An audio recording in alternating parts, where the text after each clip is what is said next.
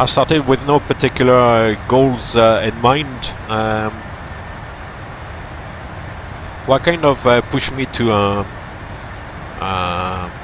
do the PPL was just because at the time I was already flying on these simulators and had an interest a little bit, and then I went for one of those trial lessons. You know, these gift vouchers, you can go for like an hour, and after that I got hooked and did the PPL. The PPL was quite good. At the time I was working, I didn't really like the job I was doing, so, and I started to think, well, I quite like flying. Maybe, you know, I can try to maybe make a career of it. So during the PPL, you know, I asked my instructor, oh, what do you think? Do you think I have the capability or the ability to do it? He said, yeah, go for it. So I did the PPL, and then I started the ATPL exams after the PPL. Got my ATPL exams out of the way.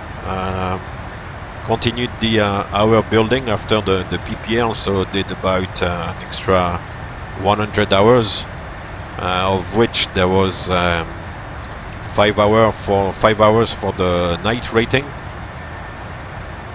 and also about 15 or 20 hours was it on the IMC rating in the UK, which is a UK only thing. But the IMC rating was very good as well, very useful to do, because it kind of teaches you to fly on instruments.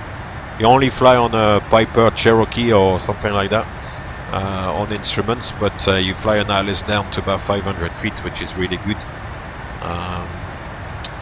Yeah, and if you find yourself in trouble one day flying along in a light aircraft, it can save the day, because you'll know how to navigate on instruments and all that stuff, so it's very handy to have.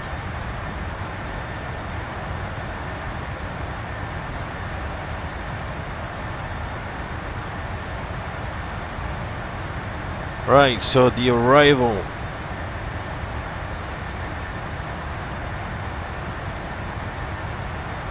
Right, so it's the Libim 1 Charlie.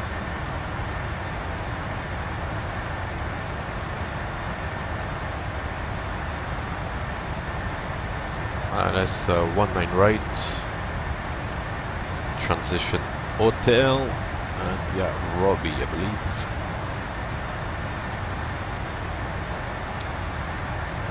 Insufficient fuel.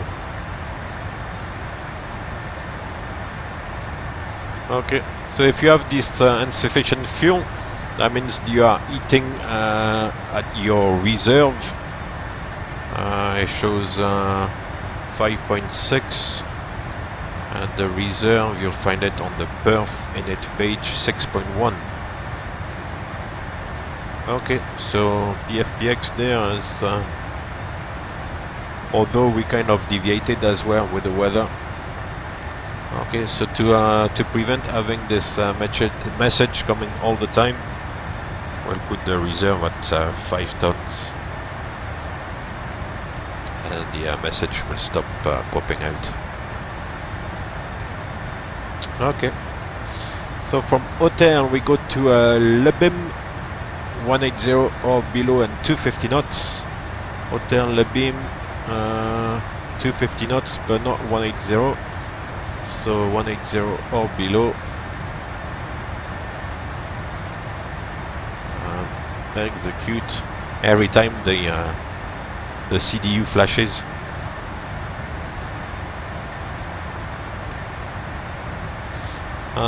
Lebim Indy 140 or below. It's good. Then we go to Salsa 10,000 or above. Yep. Latin 227,000. Then SE 191. Then to Echo 5,000 or above. That's correct. Vectors, and then Robbie. All that Robbie we don't really need.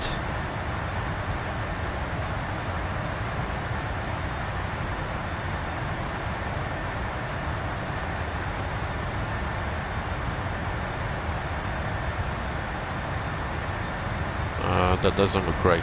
Hold on.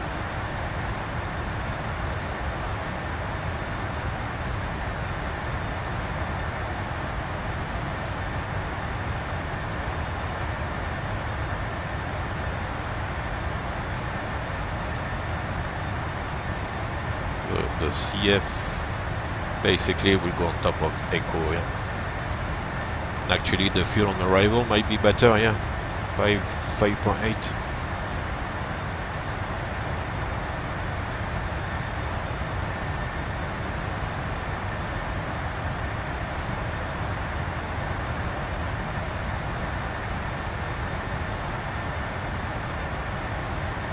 Yeah, that'll be great. Perfect. Oh, it's gonna be night time. Go for auto brake 2, I guess. And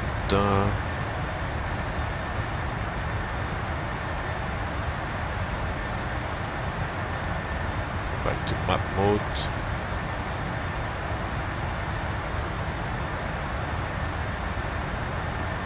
Welcome to the real heat, yeah, in Phoenix. Yeah, at least you're guaranteed good weather for flight training. That's obviously the reason why they go there.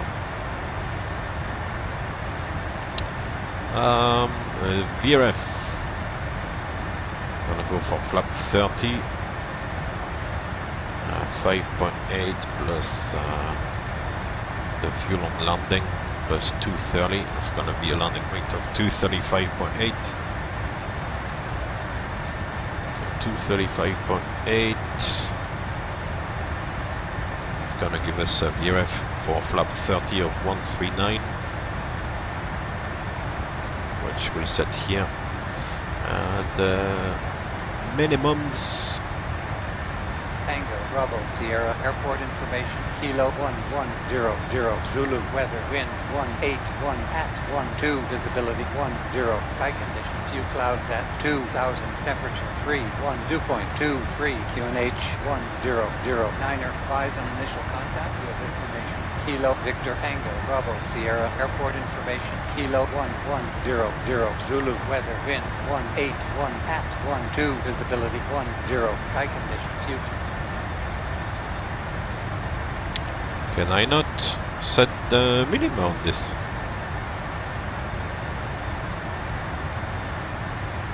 Is the minima going? It's not going in the Navrad, is it?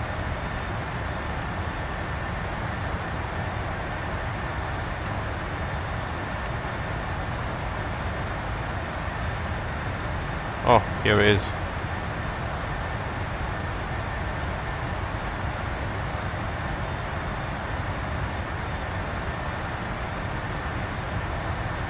So minima is 210. Ah, it's gone too far. 210, here we are.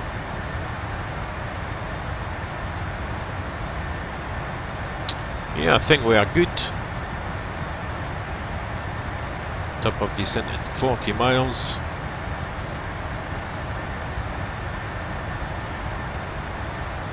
We have a nice sunset over Thailand. Beautiful. Bangkok is at the top of the Gulf there. Beautiful.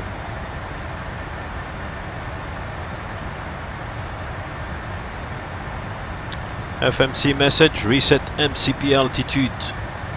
Okay, we'll go all the way to 7,000. Transition.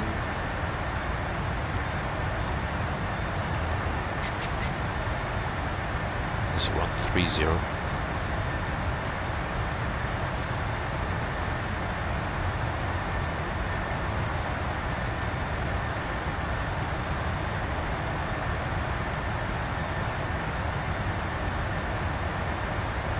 Yeah, they do pay for hotel rooms and stuff when you're away on the layover.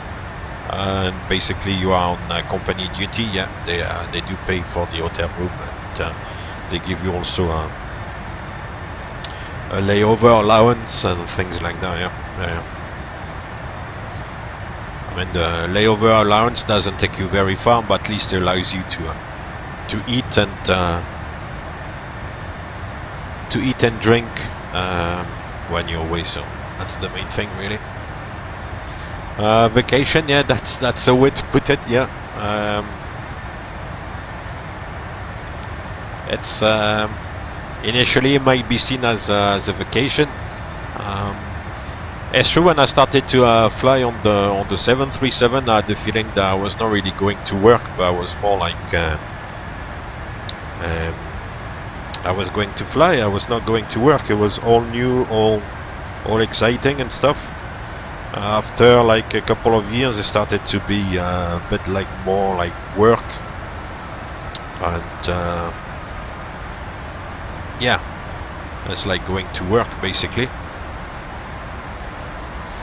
And then move on to the 777, where obviously the nature of the flights is a little bit different, and you tend to spend more time away. Yeah, first couple of times you go to a place, it's exciting, you know, it's new. You go and see the sights and stuff. But after a while, it kind of become a little bit the same, and the holiday kind of turns away. It kind of turns out to be a little bit of a pain, because you're away from home, and you know, you're away from the family and stuff. So it's, yeah. But if you go to a nice place where there's, I don't know, where it's like a touristy destination, where there's a beach, or if you go to a place like New York or something, yeah, it never gets boring really, and it's nice. But if you go to places where there's not much to do, then it's just like another layover, you know. Alright, reset the QNH 1009.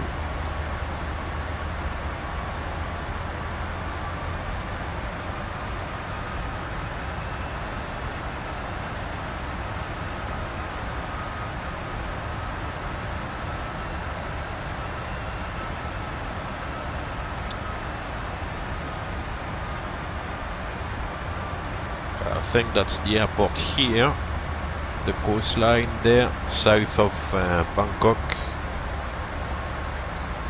We're gonna kind of go downwind, come back around to land on 19 right. All good.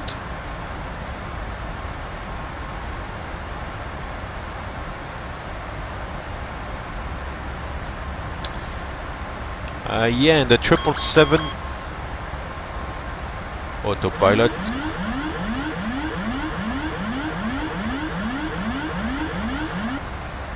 I don't understand what's going on there with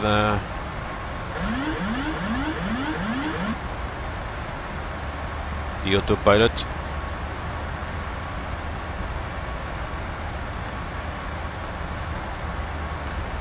It might be like a failure that's been enabled. The autopilot is being whimsical a little bit there. Here we go again.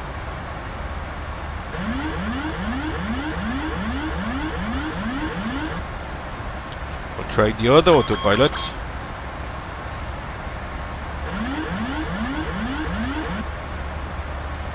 I don't know if it's to do with that message we had initially, that split RS operation or whatever it was.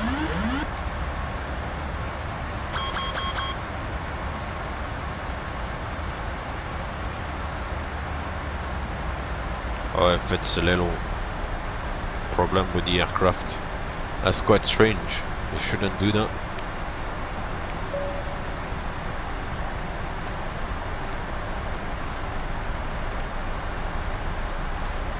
The logo light, since it's night time.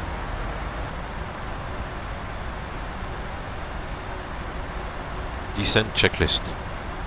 Descent checklist.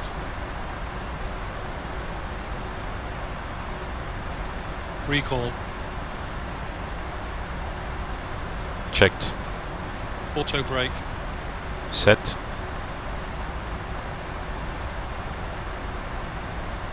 Now set. Landing. Data. Set. Approach. Briefing. Completed. Descent. Checklist complete. Approach checklist. Approach. Checklist. Altimeters. Set. Okay, got that, Captain. Item skipped. Approach. Checklist complete. No. No, the issue with the ILS. I'm not sure. You should be able to get the ILS maybe by 15 miles at least, or at the latest, really, yeah, 10-15 miles. If you don't get it, at that stage, then I think there might be a problem either with the scenery or the airport. I don't know. Certainly not normal.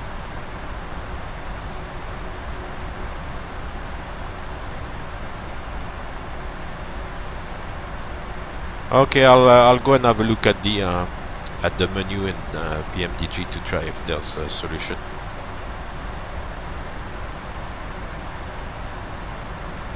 Right, we'll go heading select 015.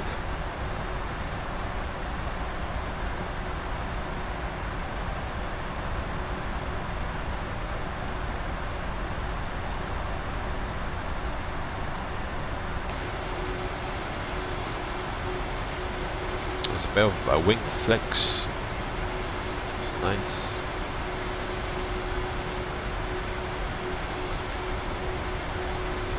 Yeah, I hope it's not too dark for you guys.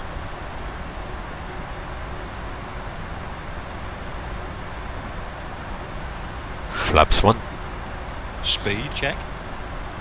Flaps 1 selected.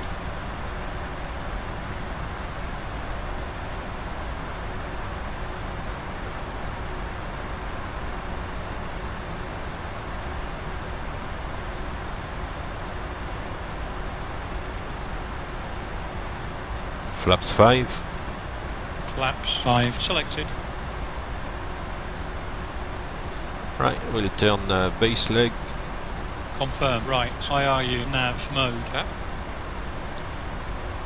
Negative. Sure, I won't do that. No.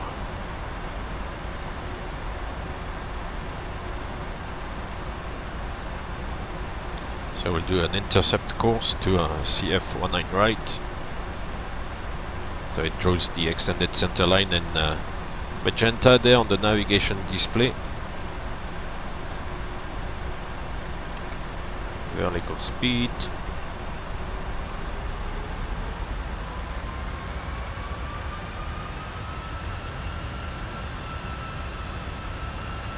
So far so good.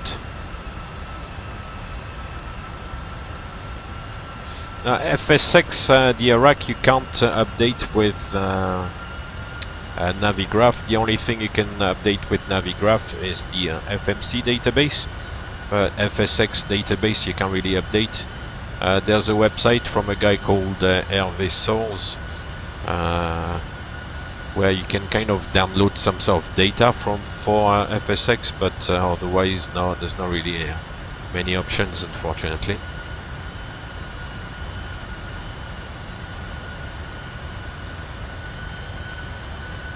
I went too far. I'll take a heading of 230.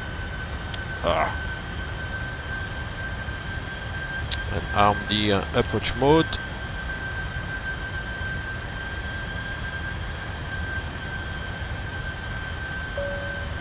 I am indeed. Lyon 2 2B. Jeez, I can't say that.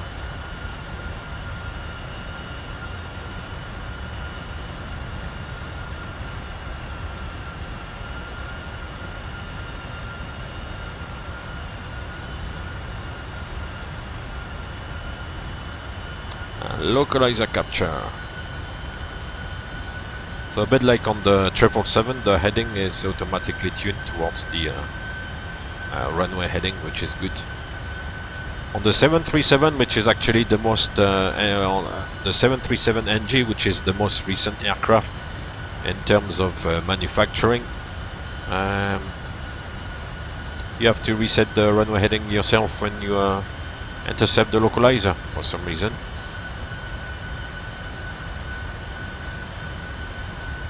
No, usually you go straight to approach mode unless ATC tells you to intercept the localizer first and then clear for the approach. Sometimes they do that, but if they say straight away clear for the approach, then you would have the approach mode.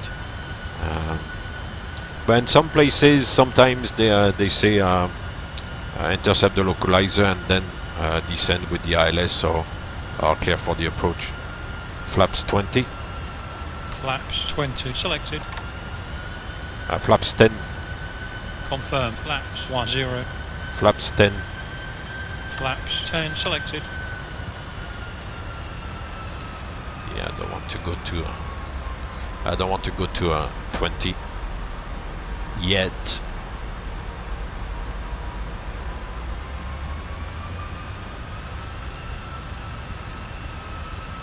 Yeah, I have to speak English, I guess, because otherwise it kind of restricts a little bit things. 3,000 feet is the missed approach. That is correct. Right slope is captured. 10 miles to go.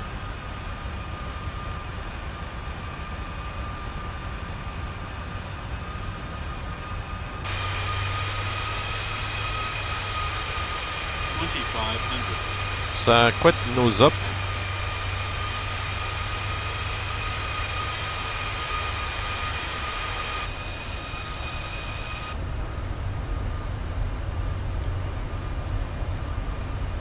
It's a beautiful aircraft.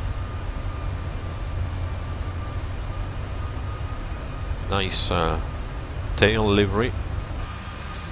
Anyway, I'll go back to the business in hand. Gear down. Gear speed check. Moving down. Flaps 20. Flaps 20 selected.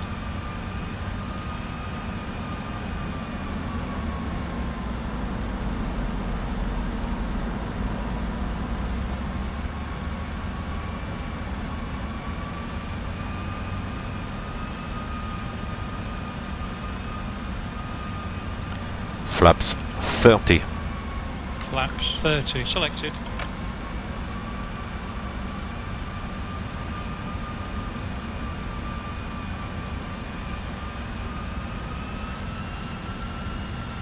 Landing checklist.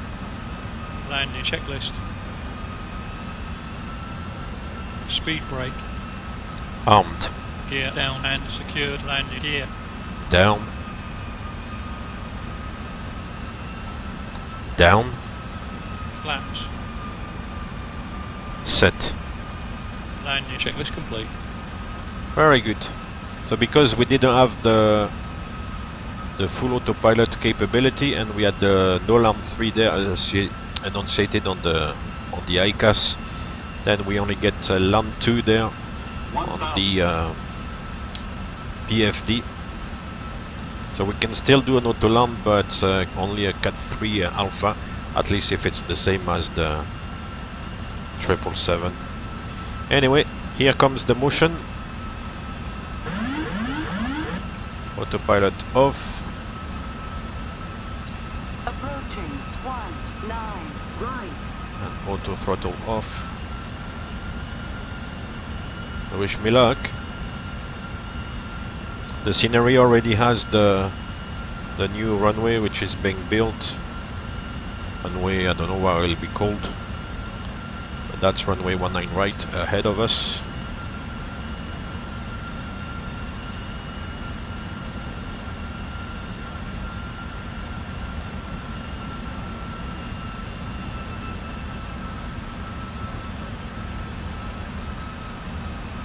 Approaching minimums. Cheek. Minimums. Landing. I'll try to. 100. 50, 40, 30, 20, 10.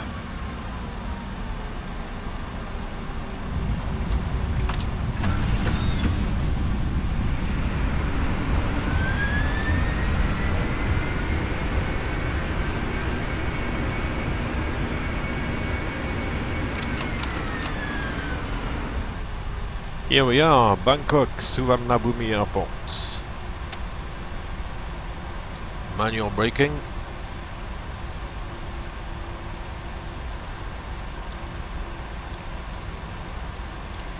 I'll take this exit to the left.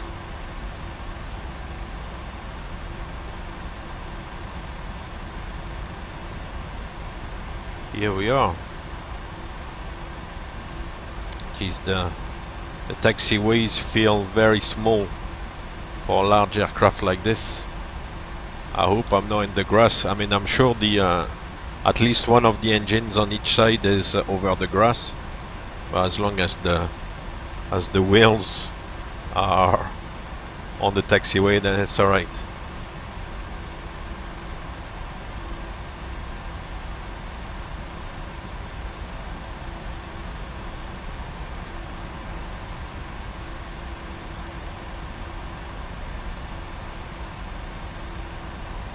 So we are on hotel, and then let me find a place where I can park, and then I'll call GSX. Maybe we'll try the Eco 10 maybe.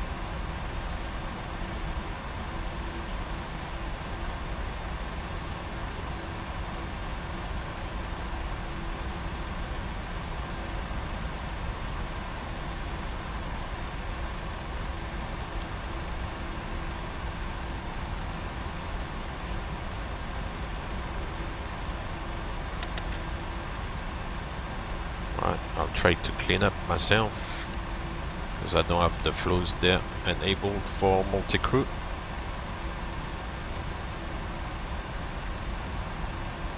Can't get that one right. Come on. And the strobes come off. And I'm not in the grass. Happy days. Right, we'll take left here. And gate Eco 10, I think, is this one here, according to the EFB. Yeah, that's it, guys. Hope you enjoyed it.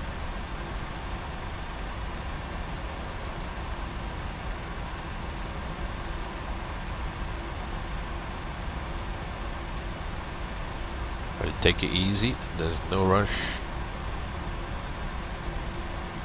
I'm probably actually in the grass there, to tell the truth, because it gives you the feeling that the nose wheel is in the grass, but the nose wheel is quite far back actually from the flight deck.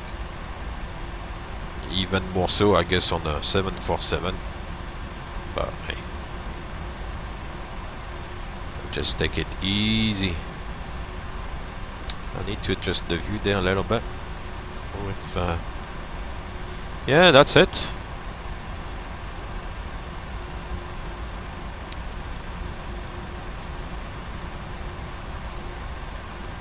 Yeah, the VRF is usually VRF plus 5, and then you can add a little bit more, yeah, if it's quite windy, to help the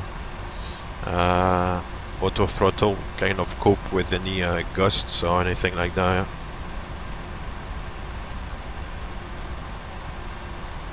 I can see the marshaller.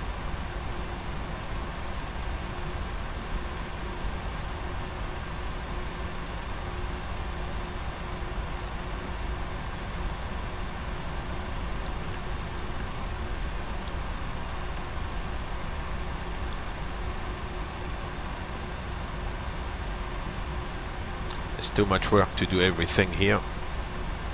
Do the lights, do the turn with no visuals. Right.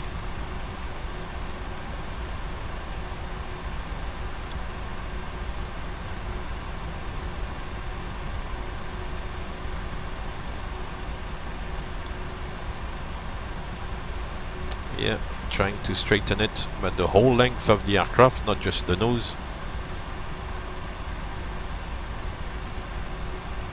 Wow, I can't see the marshaller anymore. I have to look at the numbers. Even the numbers I can't see anymore. Whoa, whoa, whoa, whoa, whoa, whoa, whoa, whoa. That will do. Fantastic. I now realize it's the first time I taxi in with multi-crew. Parking brake set.